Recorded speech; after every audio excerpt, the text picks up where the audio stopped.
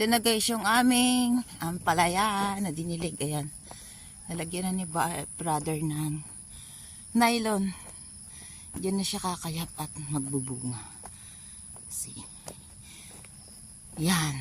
Nandito na rin yung binili niyang hose. Hanggang di nila ayan yung bagong hose. Ayan.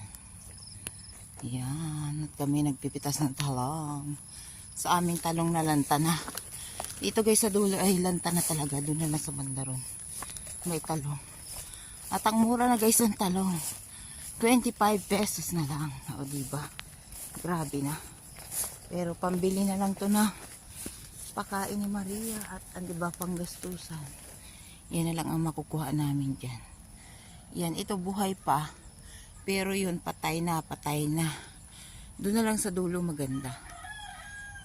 The rest ay talagang patay.